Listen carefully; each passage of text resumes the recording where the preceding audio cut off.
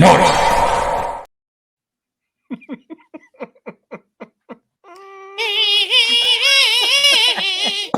That's what I'm talking about.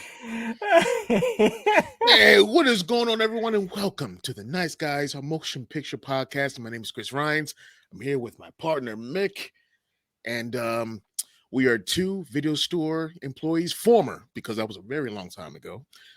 We are back talking about the movies that we talked about at work when we should have been working. So, Mick, what are we talking about this time? Do you see the gray in this beard? There's gray in this beard. That is how long ago it was that we worked together. Yeah, like, bro, I've got gray on my soul patch now, and I it's not cool anymore. Doesn't give you that distinguished look. Nah, Daddy-O, it's not working for me anymore. Daddy-O. Oh my God. How old are you?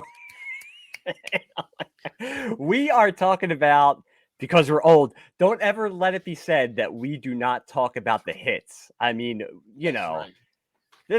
This is what's hip right now. That's why we are talking about the 1978 musical Sgt. Pepper's Lonely Hearts Club Band. And no, before you ask, it does not star the Beatles. No. No, it doesn't. This one stars not only Peter Frampton, but it stars the Bee Gees and a myriad of special guest stars, because it's the 70s, because that was the age of the variety shows. So you had to have special guest stars. So there are all kinds of special guest stars in this movie. I don't know if I would call this one a myriad. It's the 70s, baby. This is a cornucopia of this is a potpourri bag of it's definitely a bag of something.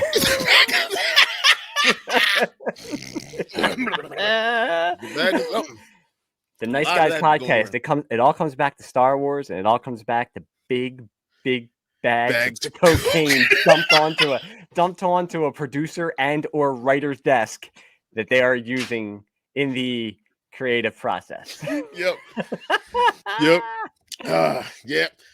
Let me tell you a quick thing about. All right, so let me tell you a quick thing about this movie. For me, at least with me and my family, I'm not sure. I think I may have been the only one in the family who didn't know, and I'm talking. I didn't know until the 90s. Oh. It was 30 years ago today that I found out that these were Beatles songs. Oh my God. I thought they were Bee Gees songs this whole time. Up until like the mid-90s, I thought they were Beatles songs.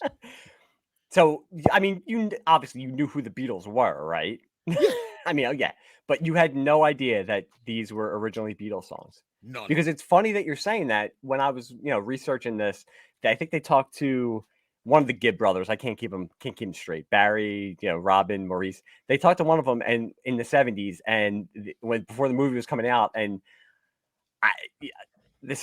I'm reading it, so I don't know how it was said. I don't know in what way he was saying it, but he basically said, well, kids today, and this was 1978, don't really know about Sgt. Pepper.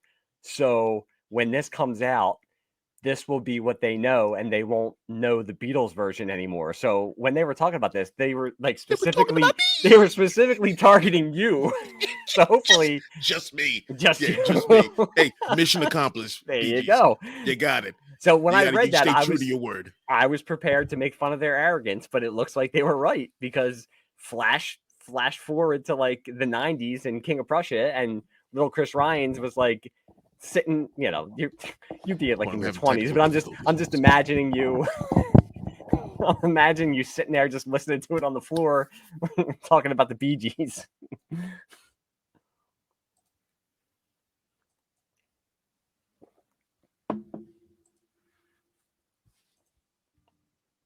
There we are, baby.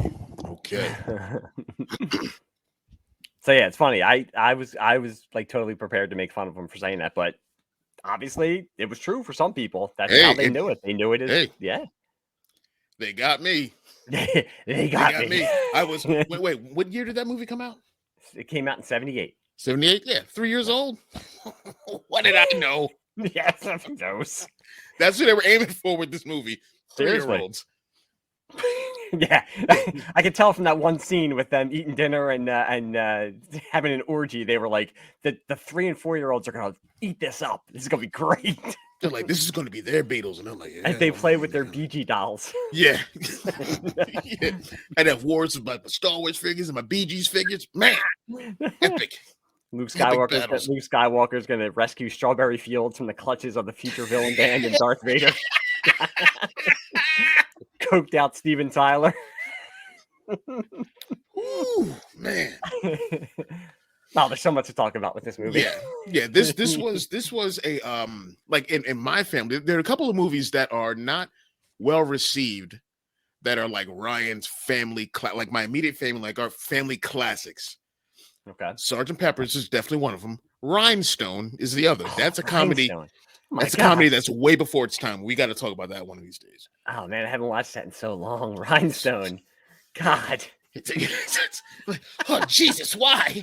So wait, so did you like did the whole family sit around and watch this movie together? Oh yeah.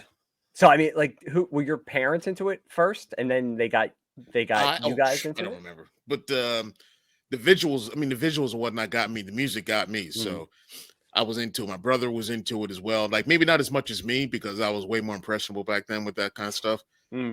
But yeah, it was just something that always stuck with me. And yeah, damn it, they were the originals to me. Did your family have the album? Or did you get it like the soundtrack? Yeah. An actual album. Or 8-track. Did we? Or cassette. Probably 8-track and cassette. Yeah. I remember I didn't own my first one until like I got the CD, but I do think we had the album. I think. Okay. I think. But yeah, that was a classic. That was a classic for us. Yeah, so much that I thought that they were the originals. And when I found out, I was embarrassed and kind of. All right, so when I found out that these were Beatles songs, I was like, okay, well, let me listen to them. Let me listen to these Beatles songs. And what my favorite song on the soundtrack is probably outside of Earth, Wind and Fire's original, "Gotta Get You Into My Life." Original. Good Morning. Good Morning is probably like my favorite one. So I was like, okay, let me listen to that one first. Yeah. Listen to me. It's just us. That song is fucking boring. the Beatles version you're talking about? Beatles version is boring. I will tell you. Okay, I will tell you a secret. As I'm a big Beatles fan, and like everybody, Sgt. Pepper, oh, it's the greatest album ever made. It's not even the best Beatles album ever made. So it's okay if you think it's boring. I mean, it was literally like it should have been called "Good Night." That's how boring it was. Good morning, good morning. I'm like, I'm nodding off. Well, I know, like you're saying this, and I'm thinking about it as you're saying it. Even in the 90s, like before I got into the Beatles, I had heard songs by them or heard other people do their songs. And then when I got into the Beatles and started liking them, there were songs I was like, oh, the Beatles like originally did that. Or I was like, oh, that was the Beatles. I didn't even know it was them. We got to remember, like back then, we didn't have the internet and everything where you could be like, oh, I'm going to look up. Yeah, thank God. I'm going to look. Thank God we didn't have. Yeah, we're not going to get into that. You couldn't just look up like, oh, I like this movie. I'm going to look up everything I can about Sgt. Pepper and find out like it was originally based off of a Beatles thing. Right. You might have to like go to a library or go check out like Leonard. Dude, that's like schoolwork. Who wants to do that? Yeah. I'm just going to listen to this record. Yeah, I'm just going to listen to the record. These songs are mine. Yeah. So, like, all right. So, I know people have trashed this movie for decades. Do you want to see some of the reviews that originally came out with it? It's just going to make me feel bad because I love this movie. No. You were nervous. You were nervous after I watched it, and you said, like, are we going to get ready? And I said, oh, I have thoughts. And you were like, uh-oh. I said, no. But I mean, there are some. This was like the movie and the soundtrack that is like, basically they say destroyed like the Bee Gees and Peter Frampton's career for a time.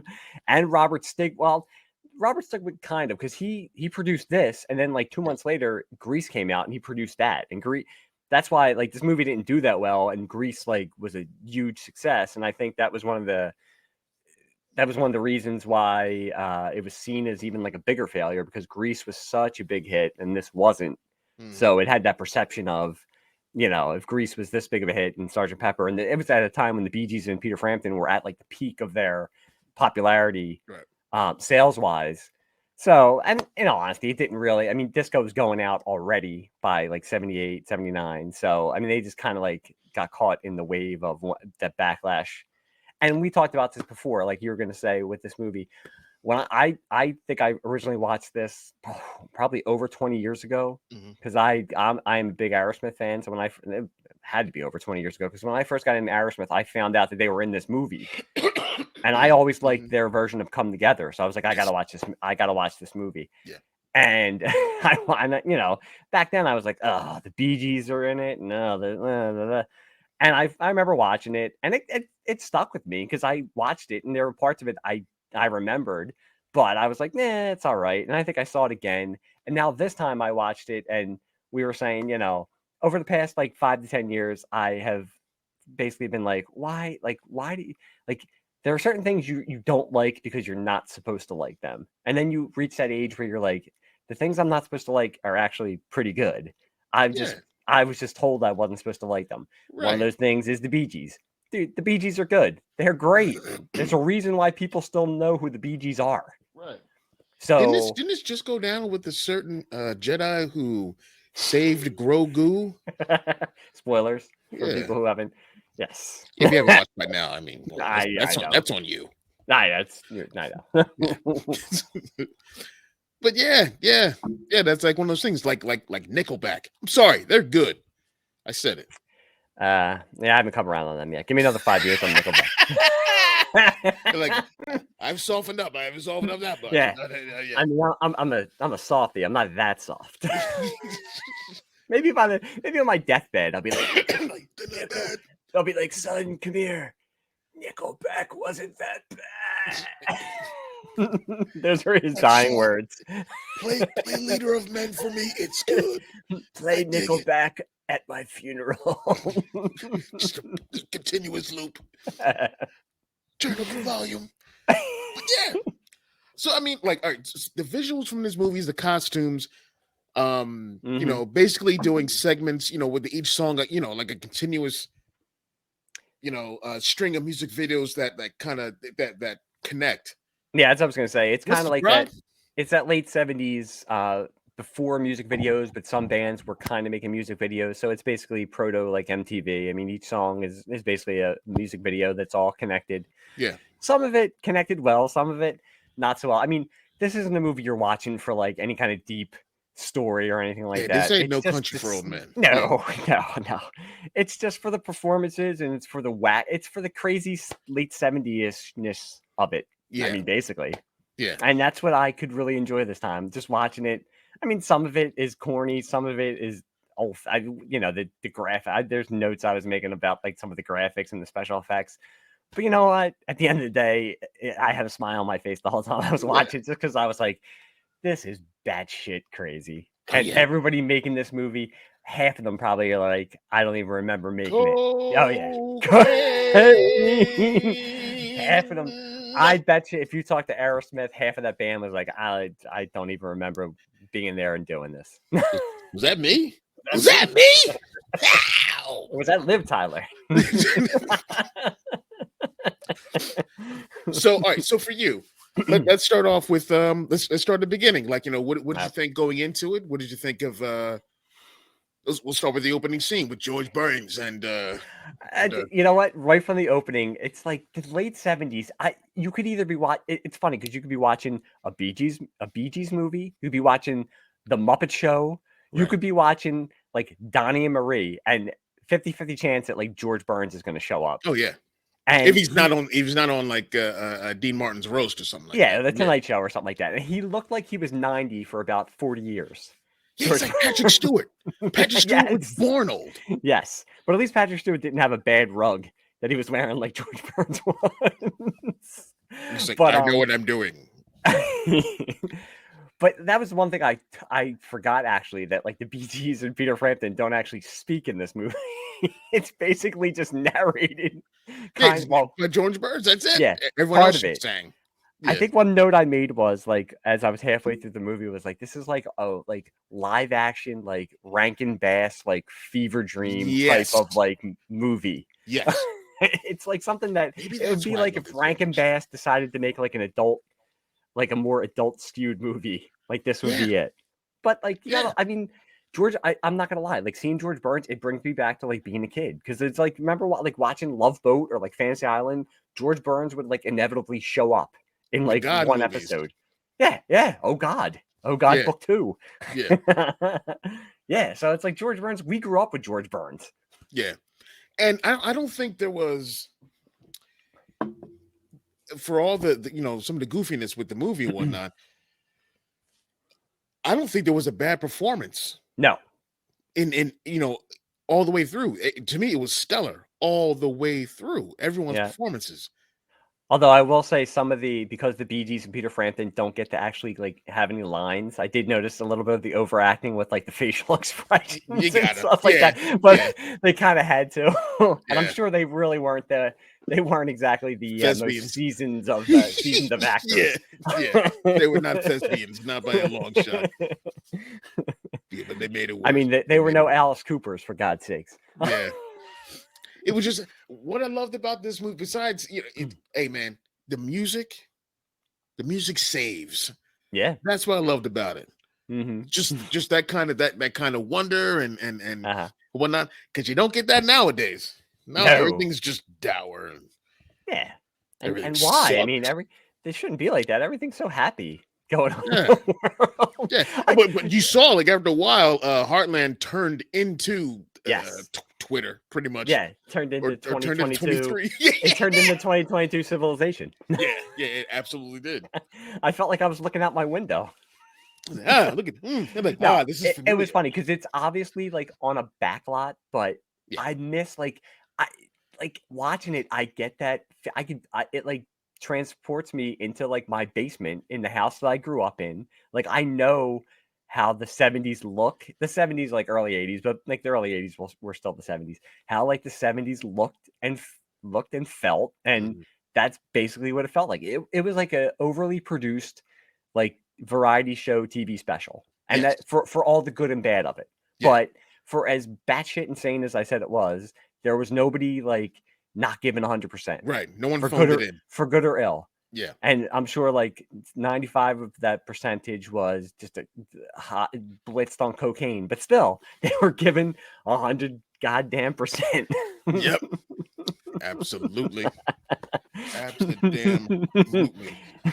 Although why I did have a question. Why do they make it's based on an album by British musicians, starring primarily British musicians, and yet they're supposed to be American. Because America. I mean, Woo! I know, yeah, America, fuck yeah. I mean, I get it, but I was like, okay, maybe that's why they didn't let them actually speak, because they weren't gonna have the Bee Gees try to do. Although, I mean, you have like, movies about Jesus, and he inevitably has like a British accent, so it's Yeah. like they could have just been American. What's it Whoa, matter? whoa, whoa, whoa. Wait, Jesus ain't British? and he's not white? Doesn't have blue Wait a eyes? minute. What? And speaking What? of that, Yeah. so that was like watching this. There were a couple, I had to compare it against Jesus Christ Superstar a couple times, because if we're doing music, and they're two totally different movies, but I was watching it and like, all right, yeah. Ain't no Carl Anderson, but still. No, God, no. I think watching Jesus Christ Superstar, I was a little like spoiled compared to this one. Now that's not. It's not. I have to watch what I say, because I do not want to offend Chris. This is like one of Chris's favorite movies, and I'm not like making fun of it, and I'm not disparaging it, because I don't. Like I said, going into it, I was like, oh, I don't know how I'm gonna feel about this. But I mean, honestly, like I was pleasantly surprised after I was done. I was like, I didn't hate that. I thought this was going to be the first one where I was like, this movie's great. And you're going to be like, this movie sucks. And they're like, it's the first Nice Guys. It's just going to be a cardboard cutout of me on this side. You're going to be like, Mick doesn't have a lot to say. I don't like all this negativity, man. Yeah, but George Burns, I did like you got George Burns in there. You got to have him in there doing a little soft shoe, a little tap dancing. Mm-hmm. What was he doing? He was singing "Fixing the Hole." Fixing a hole. Nah, The rain comes in. I like It it's stops again, my mind like, from wandering. what a weird ass time like the late 70s was. Like, it's like you Yeah. were rolling out like George Burns, like to do like Beatles songs in a Yeah. Bee Gees movie. Like, Yeah. come on, that sentence should not be coming out of my mouth. I'm pretty sure if I was in my 20s at that point, I'd be like, "What is this bullshit?" You know, I'm pretty sure. But before they got me at the right time, and I didn't know any better. And now you're like, George Burns, Yeah. I love you. Yeah, like all of it. You know what I mean? I think it's I think it's because, you know, like I didn't hate this going on like that. And I think that stuff played in my house in the mid 70s, if I remember correctly. Which I probably don't, because that was a long time ago. But like you're saying, like, honestly, like, you saw this as a kid, so you didn't Yeah. have any kind of preconceived notions. You were just like, No. bright colors, songs. I like this. Good Like you music. said, To me, good music. And the music has soul to it and whatnot. To me, at least it has some soul to it. Maybe that's why I prefer these to the Beatles, versions. Yeah. Now, where are you as a Beatles fan? Not just Sgt. Pepper. Do you like the Beatles, or are you just I know that they exist. You know that they exist. Okay, because I'm a big Beatles fan. Like I'm not. I don't hate the Beatles or anything like that. And I respect the contribution that they made to the music industry and everything. Yeah. But you asked me to name an album. I think "Let It Be" is the name of an album. That's an album. Yeah. There you go. You got one. You got one. All right. Besides Sgt. Pepper's, here's my other like really real big exposure to the Beatles. Oh, Clarence, the fifth Beatle, Eddie Murphy. I know his version of the song. Oh, dude, that's great. Yeah. Hey, Paul, let's steal all the Clarence's. Yeah, that's me. Oh yeah. All right, I'm gonna send you some. I'll send you some Beatles albums after this. But I got Spotify. Yeah, you're like, yeah, it's okay. Yeah, look, I listened to enough when I did the whole. Let me hear these songs compared to, like Paladine Pam. I'm sorry, Beatles, Bee Gees win.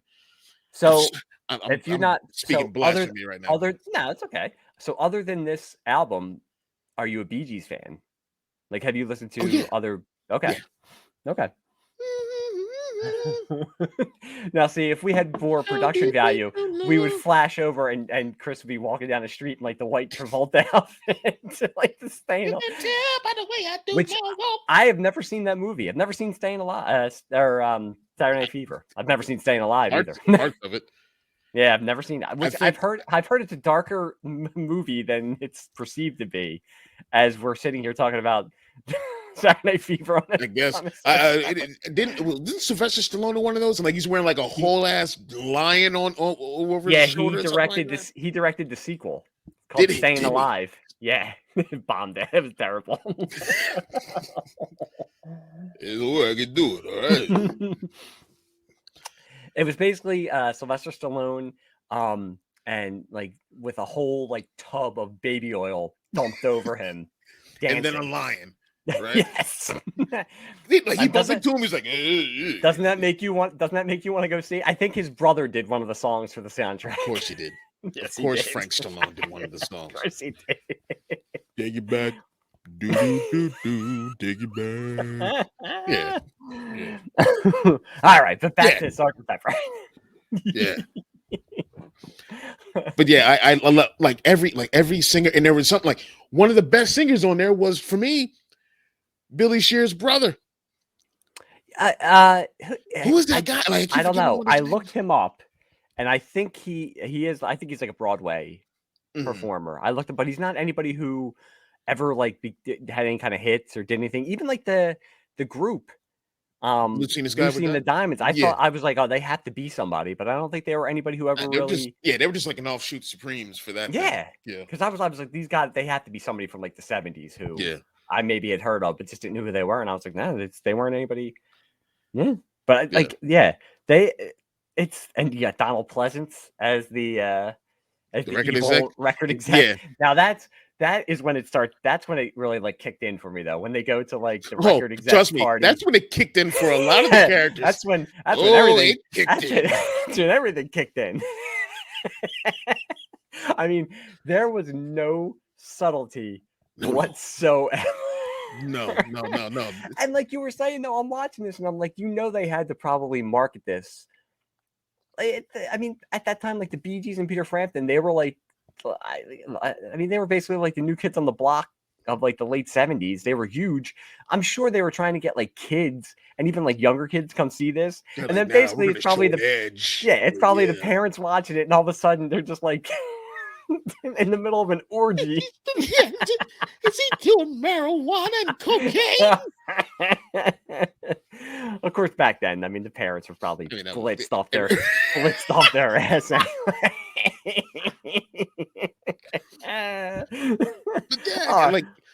But yeah, every, like I said, every song to me was just like was done phenomenally by the Bee Gees and Billy and opposite Billy Shears, Peter Frampton. And it's George Martin who is the Beatles, the Beatles producer. He produced all of the Beatles albums, produced this album. Except it's funny, he did not. I don't think he produced the Earth, Wind, and Fire song. I think. I would imagine not. I think they brought in their own producers. Listen, all right. Let's get let's just get into that right now. I'm gonna explain to you. I'm gonna do a skit to explain what the Earth, Wind, and Fire did to that song. To get you into my life. Yeah. Okay. They were like this. You see this battery? Okay. I see it. Earth, Wind, and Fire went. And this is got to get you into my life. This is the Beatles got to get you in my life. Okay. Earth, Wind, and Fire went. Thanks. I'll take that. It's mine now.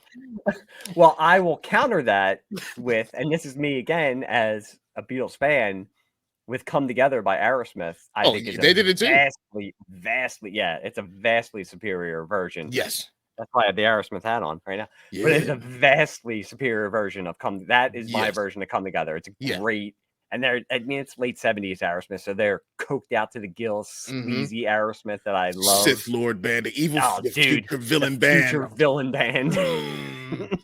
Which was basically, they were just like what rock and roll was going to be for like the next 10 to 15 years anyway. Yeah, pretty much. No offense, just though. Predicting the future. Aren't they supposed to be like the main bad guys? There's no way they could have coordinated all that kind of stuff that was going on. You were lucky they even showed up to perform at the end, let alone if they were going to coordinate all of those. So if we're skipping around too, we got to get to the sex bots, the dominatrix, the sex bots, or what did you call them before? The Black C-3PO? Yes. With wigs on, or look like what was the maid bot's name from Spaceballs? Yeah, Joan Rivers, whatever her name was. Otherwise known as, these things are the stuff that nightmares are made of for a 5-year-old. Yeah. And yet for a 48-year-old, I was strangely aroused.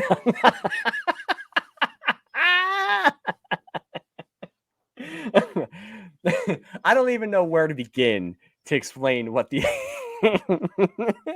yeah, I said it. I admit it. I don't care. I'm into that freaky stuff. Put on got to get you into my life and get me some dominatrix sex.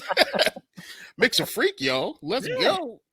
But yeah, again, it's like the out of nowhere shit that they come up with in this movie.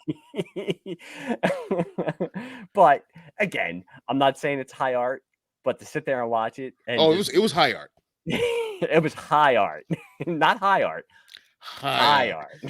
High art, man. This is do it, man.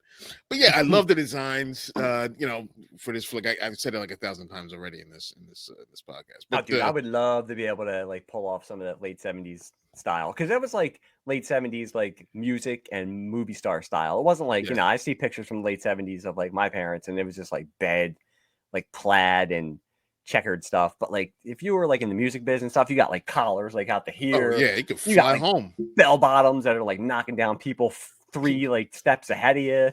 It's Sorry, like color. man. It's like fluorescent Gotta orange, get out of my way. lime Yeah. green, leather. Yeah, all that shit. Love Dude, it. at the end, I mean, we're skipping around. Yeah. At the end, at the funeral, I want those outfits that the Bee Gees are wearing Oh at man, the we're all in funeral. black. Oh Yeah. Yeah, it was yeah. dope. It was dope. I'm like, I want people dressed like that again at my funeral when they're playing Nickelback on a loop. I want them all dressed like the Bee Gees. It's gonna be from the- Nickelback doing Long and Winding Road. Oh, That's man. right.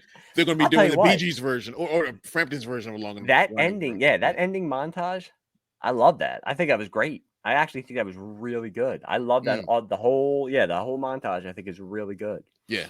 Now, I will say Strawberry Fields, not the song, the actress, very pretty girl. Yeah. Looked like she was asleep through half the movie. Well, I mean, as we've stated earlier, I know. throughout this whole episode, Uh-huh. I'm pretty sure cocaine has something to do with a little bit of all that. I'm just taking a stab at it. I don't want to. I shouldn't say that about people, but I don't want to disparage. it was the 70s. It was the 70s. Yes, I mean, it was the 70s. Come on. Yeah. All right. So let's talk about the weird performances in this thing. Okay, if we're gonna go with the weird, my first would be Steve Martin. Otherwise known as looking in this movie like he's Matt Smith, the doctor. He looks like 11 in this one. Yeah. But as wielding Maxwell's silver hammer, Mm-hmm. and it's basically him doing a spoken word because I know he can play the banjo, but I don't know if Steve Martin can sing. So he's basically he carried a note in this one for a little bit, yeah. I mean, I can't cut anybody up. I can't sing to save my life. But yeah, so he's doing he's playing like a doctor who he's kind of like supposed to be like a plastic surgeon for like rich people or something like that. And whatever. It doesn't, believe me, you don't need to know the plot of this movie. Right. So he's doing like a whacked out version of Maxwell Silverhammer. So, and I mean, it was cool though. It's always good to see young, crazy Steve Martin. And of course, then if you don't have that, then you wouldn't get the Steve Martin, Peter Frampton lightsaber fight that we always wanted to see. I was like, yeah, look at that. It's more Star Wars. Like, there you go. It's in the late 70s. There's got to be something connected to Star Wars. Where can we talk about the pirate movie? I haven't seen that in so long either. So yeah. But it was when I saw that, I was like, oh, there you go. There's the Star Wars. There it is. Lucas was like, you're welcome. He's like, what are they doing? I'm sorry, I couldn't see. The money kept falling in my face. Couldn't see that scene. Well, at that time, he was probably sitting there going, like, I have this idea for a Star Wars holiday special that I'm going to put together. Oh, that was not him. That was not him. You know, he was like, oh no. For me, one of the other crazy ones, and you know what? Like, I'll preface by saying this: as I watched it over the years, and I'm talking like when I really got back into it in the '90s, that's when I pieced the story sort of together. Okay, because you know, as a kid and whatnot, I was just like, it was just crazy visuals, it was the music and all that stuff, and I was good. I was good. I didn't need anything more than that. I'm 10. You know, whatever, how old I was. I was like, oh, it's showing how the music industry corrupts and you know, this evil thing this evil, you know, company wanting to take over the world and you know, they poison Heartland and just to kind of maybe devalue the legend of Sergeant Pepper and these instruments and all this stuff. I'm not gonna lie. I wish they would have.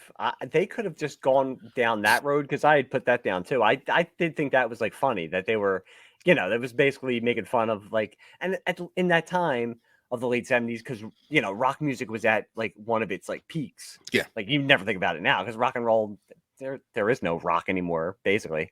But back then, it was huge, and they're sitting there making fun of it because what do they? I think they say it where it's like, oh, we got to get them out there. Or I can't remember. It was one of like the little title cards they put up and said like after hard work, after like a week, they're on the top of the charts or something like that. And they're just making fun of like them going out and they're like going to they're performing on all the different shows and everything like that. And it was, and you have like the two biggest acts at the time doing this and making fun of all that kind of stuff. They and like you said, they're showing like how, you know, then it goes into the pure heartland, and then and you know, kind of brings it down to our level. Yeah. I think they could have like stayed with that. They didn't really have to go into. I mean, I guess they were looking for something that would fill up like an hour and a half, or it's almost 2 hours. I think this movie, like they had to go into the whole like we have to steal these magical instruments and do that kind of stuff. They could have just went with like a straight up parody of like the music biz and kind of kept on going with that. But then they wouldn't have the droids because Star Wars. You know, they wouldn't. Yeah, you know, you gotta have that stuff. But so yeah, one of my of the off like weird performances, two come to mind, outside of the Steve Martin one, is I keep forgetting dude's name from The Exorcist. You know, we talked about this before we were recording. Donald, you talking about Donald Pleasance? Is that his name? From Halloween, you mean? Halloween. He's from Halloween. Yeah, Donald Pleasance. Exorcist? As BD. No, it's not The Exorcist. The priest. No, he's not the priest. Isn't in this? He's not. No, they look alike. They look alike. A little bit. They look alike. Maybe that's just me. I'm not trying to be racist. Donald I'm not being racist. No, well, we do all look alike. Whoa, now, whoa. But all right, so yeah, the guy from Halloween. Yeah. You know, from the big record company. Yes. And you know, they did the whole spoken word thing with him because I guess he can't sing. But you know, they did the whole, you know, I want you so. I like how they worked it for this. So it was like his record is second. He wants this band, and he'll throw women and coke and coke and coke and weed and coke and coke and weed, coke and alcohol mixed with coke and coke weed. Like, you know, he mixed all that and kept throwing at these guys with the I want you. Yeah. I want you so bad, babe. I want you. I want you so bad. It's driving me mad. It's driving me mad. I love that part. Love that part. I do like that whole part too. I think it's great. I did love that whole part. And again, like there is no. I'll give it to like every performer who was in this because they did not have any inhibitions whatsoever. Like they were not afraid to get. I mean, it could be like campy or whatever, but you kind of have to do it when it's like a musical like this. It's like you got to go. Like you can't like hold anything back. You got to go all out. And like they didn't care. Yeah, and they probably no one phoned that shit in. No, not at all. So what was the other? Oh well, weird. It's the one with the droids. Okay. Everything's the droids, you know, dude. You know, yeah, dude. The whole mean Mr. Mustard. Yeah. I was getting a whole like Mr. Roper / Benny / Benny Hill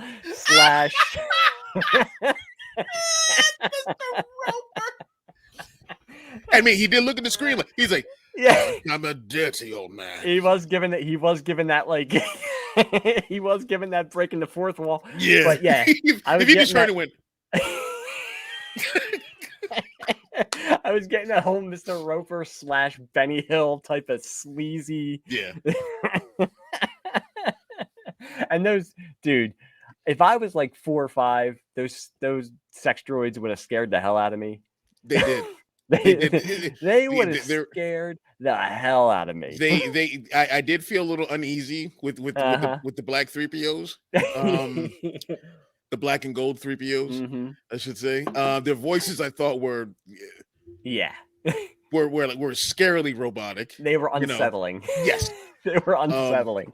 My brother and I, like, our favorite line from the movie is like, now you're gonna get it. You know that, you know what I'm talking about? When you started that, I was gonna say your brother and you like got one of your 3PO like action figures and like painted it black and put like a little mini afro. Now we're gonna play Sergeant Pepper's Lonely Heart Club Band. Oh, no. I mean, you could have got the old Obi-Wan figure. He kind of had like the flowing cape that looked like something the Bee Gees would have worn in this movie. Yeah. Not brown though. You would have had to paint it like purple yellow or something. Yeah. Green, lime green, or all those colors, or all of them. Basically. Put a huge collar on there for him. Exactly. Yeah. And then you have like Alice Cooper. And that was, that I may will be tell my you, least favorite song. it's funny though, because I thought for what he was in the 70s, Alice Cooper, like he kind of made it interesting though. It was weird, but I like, again, like they could have, it wasn't just like cookie cutter. They did something weird. And again, it was like, if I was a kid watching that, it would have like, it would have scared me. I mean, I was a wimp, so I would be scared of anything, but like, it was like unsettling. Yeah, the And indoctrination scene and whatnot. yeah. And again, at least they're trying to say something. Like, it's not just doing like just anything for like a music video. They're at least they're trying to say they're something. saying something, with greed and everything. We what is it? We hate peace. We hate joy. We hate love. We love money or something like that. I think money, it was. yeah, and they're all dressed in kind of like the neo-Nazi type of outfits and everything like that. Yeah, that's what in the 90s I was like, oh shit, they're saying something. Oh, I see. Okay. Bee Gees and Peter Frampton. This should get deep. This should get deep. Like, I know. We're saying it here like it's like, listen to everybody in the audience. It's not like we're saying you have to go do like some kind of thesis on like what the Bee Gees and Peter Frampton were trying to say, but at least they were a little bit behind like what they were thinking. Message there. While the writers and stuff were face deep in a pile of coke, they still had they were like birthday cake and some coke.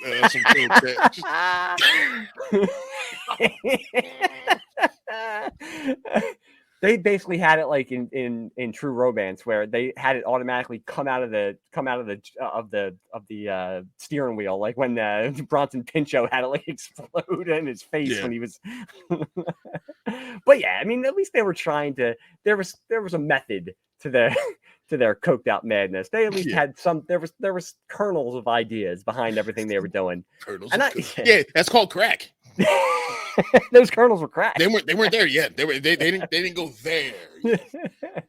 But yeah, I didn't mind the Alice Cooper one. I mean, it was playing into what he does, and stuff like that. But Alice Cooper, even by that time, like in the late 70s, Alice Cooper was like a cartoon himself. So he was kind of playing it. He was playing into his image of like it's Alice Cooper. But any semblance of him being like scary was kind of like gone by 78, I think.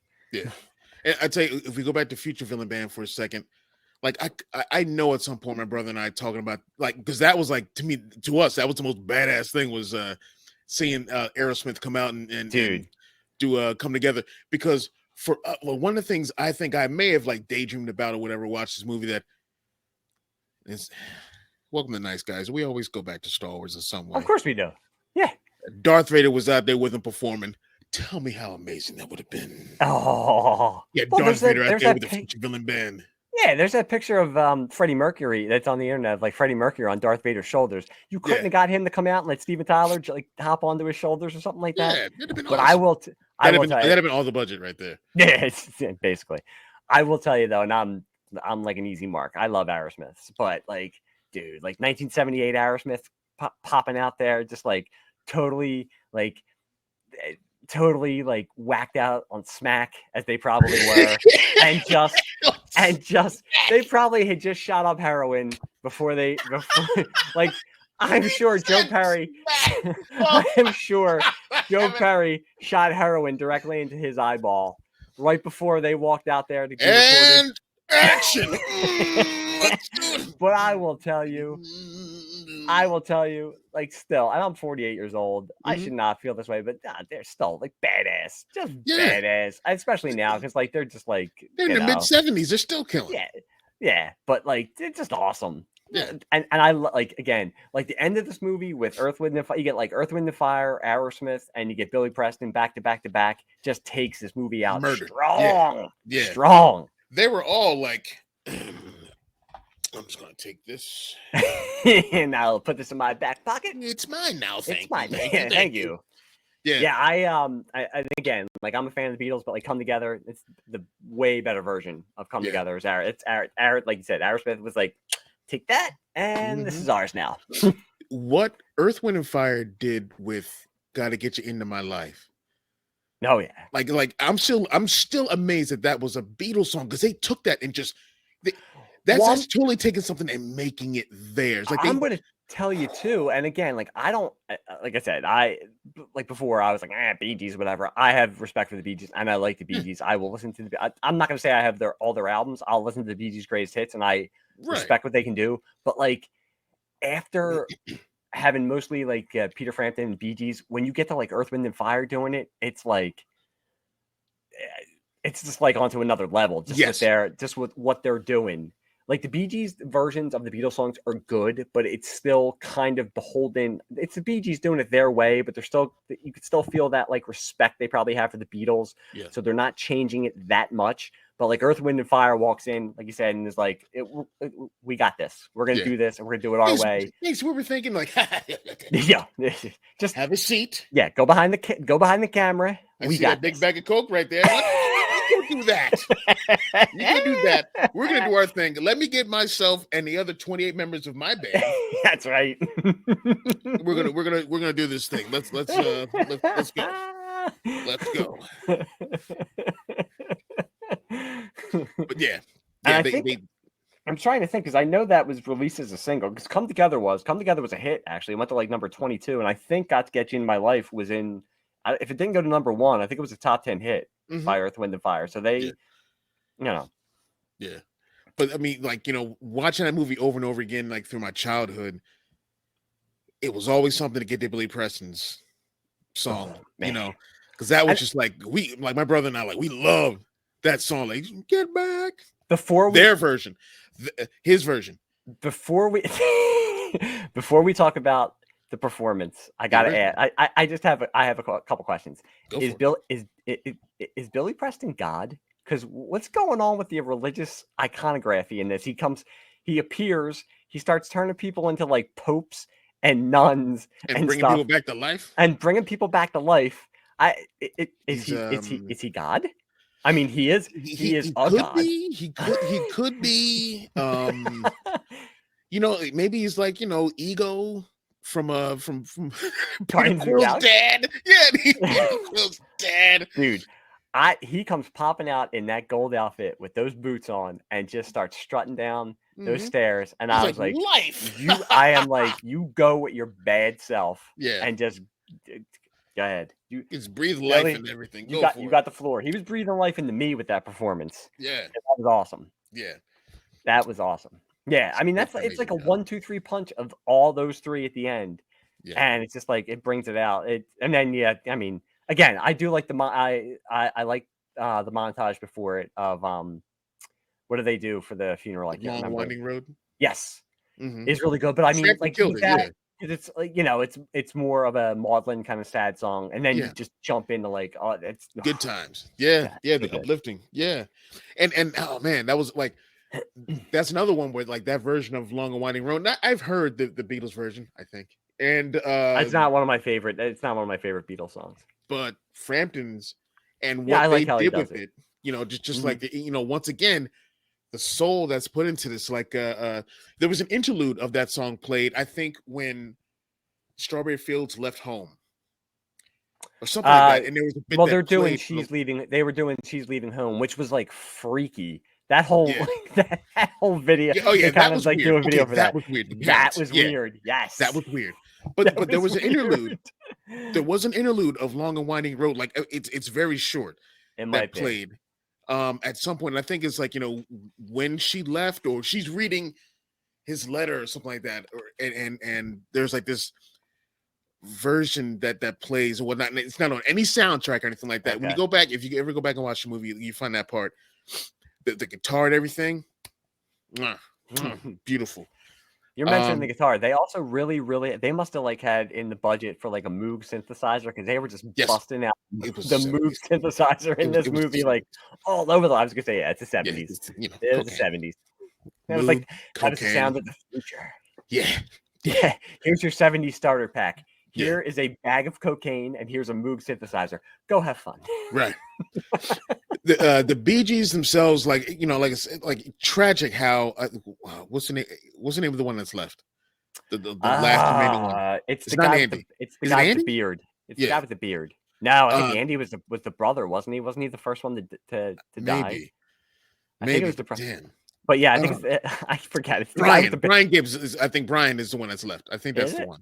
Or is he one of the? Or Man, is he one of the Beach Boys? he's like You're thinking of Brian Wilson. I don't know. I can't remember. I know the Bee Gees as the guy with the beard, the the skinny one, the skinny one with the bad teeth, and the drummer, and the bald guy, and the bald one, yeah, and the bald goofy one. yeah. I feel bad. But they themselves, like, everyone got a chance to really get off in this and I'm not talking about the orgy scene, but to really they got off all right. Hey. Hey. But to really like musically get off on this thing. And for the Bee Gees, it was this block that they had. And with Frampton as well, there was Good Morning, which was strictly Beatles, I think, and like a little bit of Frampton. And then when they had this variety show that they were on, where they did Polythene Pam, Nowhere Man, and they did like a little reprise of Sergeant Pepper. Sergeant Pepper's. Yep. When I said, like, because when I was playing that earlier, right before we went on, I said that block plays at least twice a week when I'm like to and from work or whatever. Yeah, like that's like my favorite. As much as I love the Earth, Wind and Fire version, and I love Billy Preston and Aerosmith's versions, that block of songs plays all the time. Like it's on my phone. Like it, that medley they did of those songs, I thought was done so well. Like, and don't ask me like sing like the rest of those songs, like the lyrics of those songs. I just know like what they put in that movie. Like when I that's well, Mick.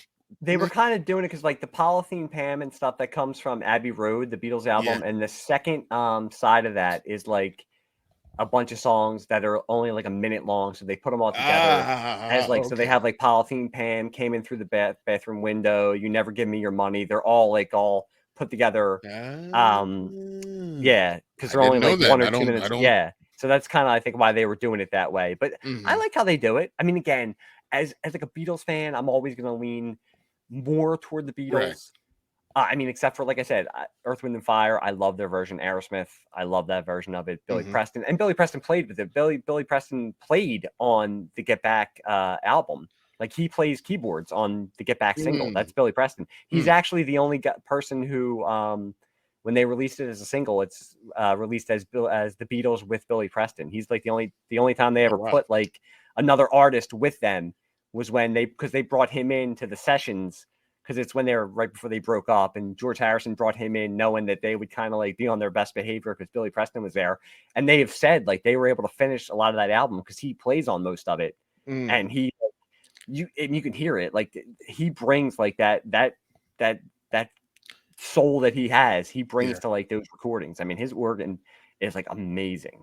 And I wasn't really familiar with him as much as like a solo artist, but I've listened to some of his stuff, and he's really good. And just seeing him doing that at the end, I mean, it's a unique version of Get Back, but it's really good. I mean, he's great. He is great. But I mean, yeah, that little block, I like that section of it with the Bee Gees, and like. I'm kidding around with their acting. I mean, it's not the best. I mean, they're basically like a 70s version of the Monkees almost. And I'm not saying that in like a mean way. They're not actors. So it's like that they're doing what's asked of them. They're there to like perform. And this movie was there. Why weren't the Monkees in this movie? They could have gotten, I mean, they were all alive. They should have got the Monkees in this. I mean, especially at the end, like we haven't talked about that, where they like zoom out and all of a sudden they're doing it's like a late 70s version of like We Are the World with like these people. Dude, that was Endgame. That was 70s music Endgame. I was gonna go back and try to like pause it and see if like the people I recognize, and I never did it. I read somewhere some of the people. I did see like Tina Turner was in there. Oh, 70s Tina Turner. Oh god. Yeah. Of course, it's the 70s. Like they had to be like, I'm sure Milton Berle was in there somewhere. All these like old comedians were always popping up in the late 70s. Like I said, George Burns, Phyllis Diller. God almighty, Phyllis Diller. Jesus. I'm sure Milton Berle was in there. Absolutely. Like Jack Benny. Like, look at these long-haired weirdos. Let me see if I can find something on that. Keep going. No, there's like I said, I looked it up, and there were some people I was like, that person was there, and then there are some if you find it where you're like, what the hell? Like, why why did they have what they're trying to do is I think they said it was kind of like a tribute to the Sgt. Pepper album cover that the Beatles did because it has like it's collage with like a bunch of like all different people that they admired, so they put it on there. So I think they were trying to do that, but it's just like this is out of nowhere. Okay, go ahead. I got you. Okay, George Benson. I don't know if you know who that is. He's one I've of my heard the favorite, name, but I favorite wouldn't singers. know him. I wouldn't know him any different than Benson, otherwise known as Robert Guillaume. But I've heard the name George Benson. What do you mean? I'd love to see Benson in this. I'll watch that show again. Jack Bruce. Okay, yeah. Keith Carradine. Yeah, I did see him. I was like, what the hell is he doing there? Cocaine. Yeah. Carol Channing. Of course, Carol Channing. Rick Derringer. Rick Derringer. Donovan, okay. Dame Edna Everidge. Oh god, yeah. It's yeah. Jose Feliciano. What the? Leif Garrett was there. Leif Garrett, okay, yeah. And he was he was one of my favorite villains from The Outsiders, which we got to do. Was he in The Outsiders? I would like. Yeah, he's one of the socials, I think. I would like to do The Outsiders because I have seen it once years ago, and I know you really like it, and it'll give me a reason to watch it again. But yes, my go number on. 2. Yeah, I know. Heart, the Wilson sisters. Really? Ooh, yeah. That's back when Ann Wilson was. Go on. I'm sorry, sex robots and Ann Wilson. I mean, what do you want from me? Mixing away right now, kids. I am. Nona Hendrix. No idea. Jimi Hendrix's mom. No idea. Etta James. Okay. Dr. John. I know that. He's a singer. Nils Lofgren. Yeah. Jackie Lomax. Yeah, he was associated with the Beatles in some way. John Mayall. Yeah, he's a English guitarist. Curtis Mayfield. Yeah. Peter Noon. Peter Noon. He's from Hermit's. He's close to the Monkees. One of my favorite singers who does a lot of covers. Okay. Robert Palmer was there. Yeah, nice. Brought all the girls from his videos. Well, I think this is before the Simply. It was. He was still doing When I Took You Out. That's right. Let's see. All right. Wilson Pickett. Okay. Bonnie Raitt. Oh, okay. Helen Reddy. Oh God. Ooh, Minnie Riperton was there. Ah, nice. There we go. Cheetah Rivera. Oh, Johnny Rivers. Okay. This one I do remember. Shana Na was there. Oh God, Shana Na was everywhere in the 70s. Why? What did the you hell? Watch that show? Did you watch that? I did watch that show. Yeah. Bowser, baby. Yeah. Bowser. Yes. See, this is why we are of a certain age. There's people who were in their early 40s, maybe late 30s, who are like, "What the fuck are you talking about?" It's like you had to be there. Fucking old buggers. Del Shannon. Yeah. Runaway. Connie Stevens. I've heard the name. Al Stewart. Tina Turner. Frankie Valli. Wow, he was in the Grease soundtrack, so maybe like he was hanging around, like getting ready to record that. So he was like, "Come and do this." Philly's Grover Washington Jr. There you go. Nice. And when I went to college, and I was only there for a semester. I was going to Temple University. Sorry about that. What year? I took a year off after high school and did nothing. Nice. I went to many colleges. I went to many colleges for a semester. Didn't graduate from any of them, but I went to a lot of different ones. But his daughter was I went to Temple and I was staying in Johnson Hall, and she was also in that same building. Nice. It's kind of cool. And we hung out once or twice. Did she try to? Hank Williams Jr. Why?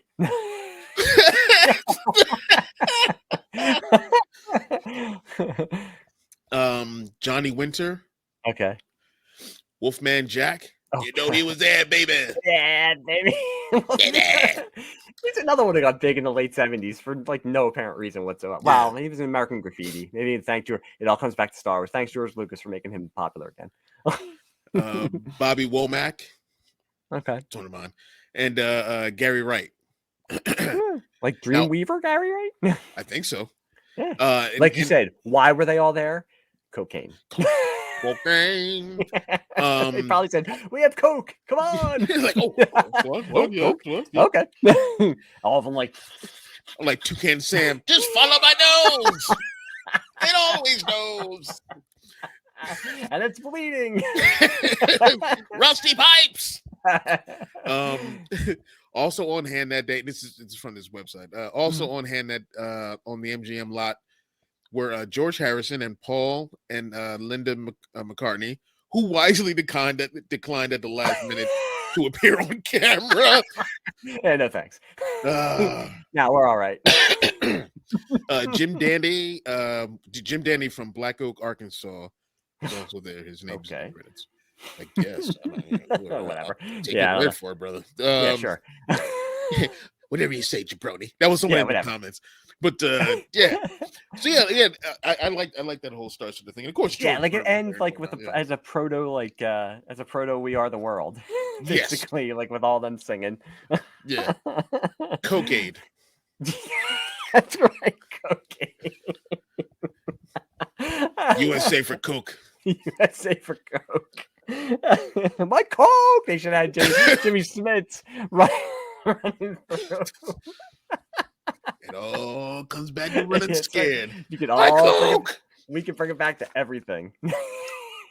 Oh, that Coke falls. You just hear Billy Crystal. Oh no. Yeah, but like after watching this, like seriously, I went into it and I was like, I don't know what I'm gonna think of this. And I was done and I was like, I did not hate it. I'm glad I watched it.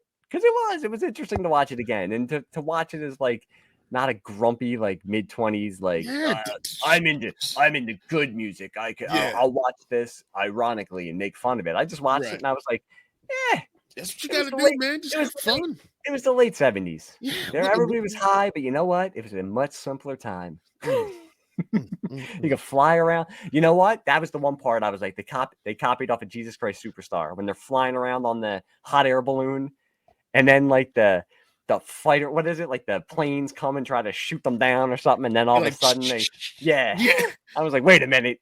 This looks like Jesus Christ Superstar to me. Yeah. You're no Carl Anderson. Were they flying by so they can get the Judas? Is that what's going on? They did a good job.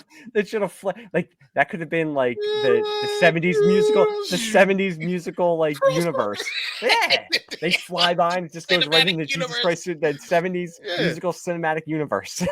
Good job, Judas. Just like kept going. It should have been the Bee Gees in the plane as it flew by Judas. That's what it was. That's why Carl Anderson is running. He's like, no, get away from me. Get away from me, you stupid Brits.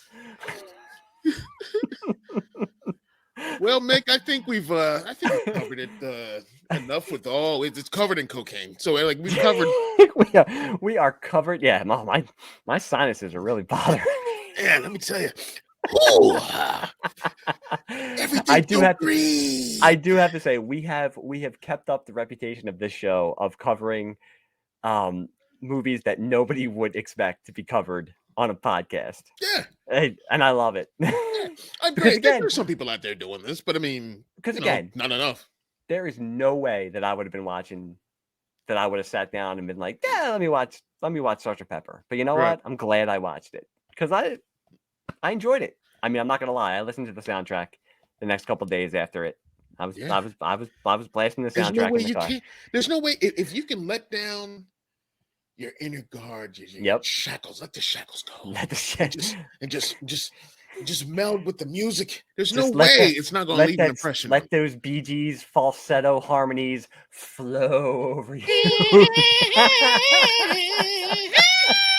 Yeah, man, absolutely. I mean, I'm not gonna lie and say I wasn't walking around with bell bottoms the next couple of days on the streets. I was strutting down. Down the street, and my collar. I had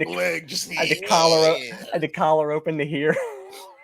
Kids are like, Dad, why are you like this? Why are you walking around like that? I was like, give it a couple of years, you'll understand. They're like, no, we really won't. Unless bell bottoms come back in a couple of years, we will I'm see. sure they will. They came back in the 90s. They're due for a comeback. I did have a couple pair back then. See? Oh man. But were they lined? I worked at the mall. I worked at a TiVo. Yeah. I worked at is it Silverman's? Not Silverman's. Yeah, merry-go-round and all that. I worked there. So Merry-go-round. But were they like fluorescent lime green and purple like the Bee Gees had? That's what I want. I need those big collars. You had fluorescent. I mean, I did have like, bright green, bright red, bright orange. Orange ones are my favorite. Baggy pants because I was dancing back then. Yeah, cross colors. Oh, that's who they should have had in this movie. Speaking of dance, why was Fred Berry not in this movie? And at least at the end, why was Rerun not at the end? Yeah. You couldn't find a place for Rerun somewhere in there in one of these music videos. Come on. Maybe he's under contract. He's like, no. Yep, what's happening? And that's it. Doing what's happening. Can't be that, guys. Doing what's happening. Yeah, but I need first of all the outfits from the funeral. I do need that for the next like wedding or something I go to. I got to bust that outfit out, and I need like big, like collars, not just the big collars, but like the capes, like Lando type of capes to come back into style. Because I just want to walk around in like a fluorescent purple cape, and just have it be normal. Mick, I need capes to come back regardless. I do. Because I am again, it comes back to Star Wars. I am jealous of the cape game in Star Wars. Krennic. Yes, see? Krennic. I still remember that first trailer for Rogue One, and I think I messaged you, and I was like, that cape, when he was walking in the water, and I was like, that cape game is on point. It's impeccable. It is impeccable. Yeah. That cape game. Lando's like, you may be an Imperial, but damn it, he's got style. That's right. Love that cape. Yeah. And on that note, as we ended on Star Wars. Star Wars, that's right, baby. Of course. Why not? Yeah, come on. So Mick, why don't you tell the people where they can find you, brother? You can find me humming, because I can't sing as well as my partner Chris can. You can find me humming BG songs to myself on the street corner somewhere. No, you can find me. You can find me on the post-apocalyptic wasteland that is Twitter under This Lightsaber Kills Fascists, or under @NiceGuys Pod. Yeah. You can find me on Facebook under my name, and come and say hi. But you got something new going on right now? Another little. Because I'm writing for a new website called House of Nerd Show, writing about comics and pop culture. Thank you for mentioning that. Yeah. Finally putting all this useless knowledge to work. So yeah, come and check me out there, writing about old comics, because I don't really read a lot of new comics. Although I do a review of a new comic that came out, so I'm lying already. But yeah. So what are the first couple of books you're doing? Well, I'm doing a series called Vending Machine Comics, because my son, when I take him to baseball practice, he goes to batting cages in the winter for baseball practice. And I walked in there one day, and there was a vending machine that had comic books in it. And I was like, oh, I like knelt in front of it. My son was like, get up. My son was like, get up, you're embarrassing me. But like I would walk by there all the time looking in there, and it's just like a bunch of like old, like some are from like the 90s, some are probably from like 10 years ago. There's some like, it's like a lot of Marvel, DC, but there's some like you see. Do they know what they have in there? Like, is there something in there that's like, I have not seen anything like that. I'm like, Action Comics number 1. Yeah. What is it? Yeah. Can I Action 38? Yeah. Can I get that one back there? It's like it's Detective Comics number 27. Yeah, cool. Thanks. No, I've done the first one I did was on like it's a Shadow of the Bat issue from like 1995, just a random issue. And I have a new one coming out from 2002, Fantastic Four number 60, which was actually pretty good. And I have a couple other that I bought that I'll be doing soon. I'm also doing a series about the evolution of how we buy comics. It started out the first installment was talking about how I used to go to my local 7-Eleven and buy comics. I will give a little sneak peek. I think the second one is going to be about, and I don't know if anybody else experienced this like I did, but ordering comics through the Sears catalog for Christmas. Wow. You would get like a box. I still have the box. The picture will probably be on with the article, It would come in a box, and it was usually Marvel comics, and it was just a grab bag of Marvel comics. And I think it was like the late 80s, early 90s. Again, it was nothing like really, it was nothing ever, no like valuable comics, but it was just cool. And that's what I would get for Christmas. So Sweet. doing that and Send just me- doing like random reviews and stuff. So yeah, House and Nerd Show. Check Word. me out over there too. Send me the links for that stuff, and I'll put that in the description below so everyone can come over and Thanks, check man. them out. Thank you. Yeah, absolutely. Why would I makes me- not plug it? Come on. Yeah, What makes we me. do? Now I can tell. Now I tell my wife and kids, I'm like, get out of here. I gotta read this comic and write about this. Daddy's working. They're like, how's that any different from what you do all the time anyway? I'm like, shut up, you bother me. Get out of here. Gotta go back to work. Daddy's always reading. Daddy's reading comics and talking about people doing mounds of coke. What's going on? I'm working. It's all in a day's work. Content, kids. It's content. That's what it is. And on that note, everyone, thank you for listening to another episode of the Nice Guys podcast. And we'll be back talking about, we don't know what movie yet. We're going to talk about that. We have no freaking clue what movie We it'll have be, no but clue. I bet you it'll be something that you will damn well not expect. That's for sure. That's for sure. All right, so guys, we're going to close up, and thanks for watching.